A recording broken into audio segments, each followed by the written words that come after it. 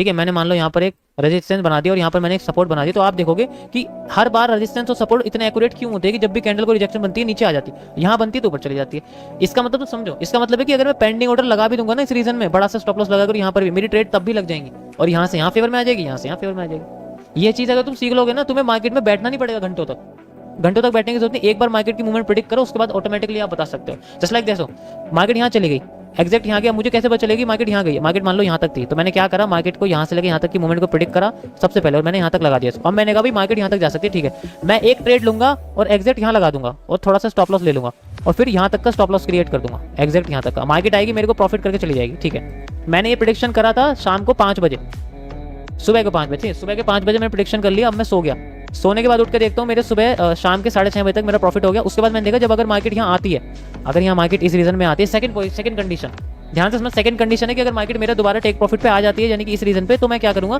इस रीजन को भरने के लिए अगेंस्ट में ट्रेड लूंगा यानी कि यहाँ से, और मैं अपना स्टॉप लॉस ले लूंगा थोड़ा सा बड़ा, जस्ट लाइक यहाँ लिया था ऐसे थोड़ा सा बड़ा, और फिर मैं दोबारा से जब मार्केट का मैंने टेक प्रॉफिट लगाया था वहां तक मैं दोबारा लगा दूंगा और यहाँ से इस तरीके से। अब मैं सुबह देखूंगा, रात को मैं भी देख रहा हूँ मेरी ट्रेड प्रॉफिट में चल रही है, समझ रहे हो?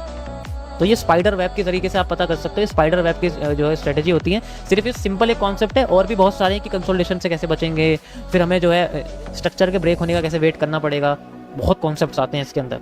अगर आपको ये चीज़ समझ में आ गई ना, सुबह 5-6 बजे बैठोगे और शाम के 6 बजे तक आराम से देखोगे मार्केट तुम्हारे फेवर में चल रही होगी और जहाँ जहाँ तुमने लेवल्स लगाए होंगे वहाँ से मार्केट रिट्रेस कर रही होगी। समझ रहे हो? ये पेंडिंग ऑर्डर कॉन्सेप्ट्स हैं, pending order concept, POC, pending order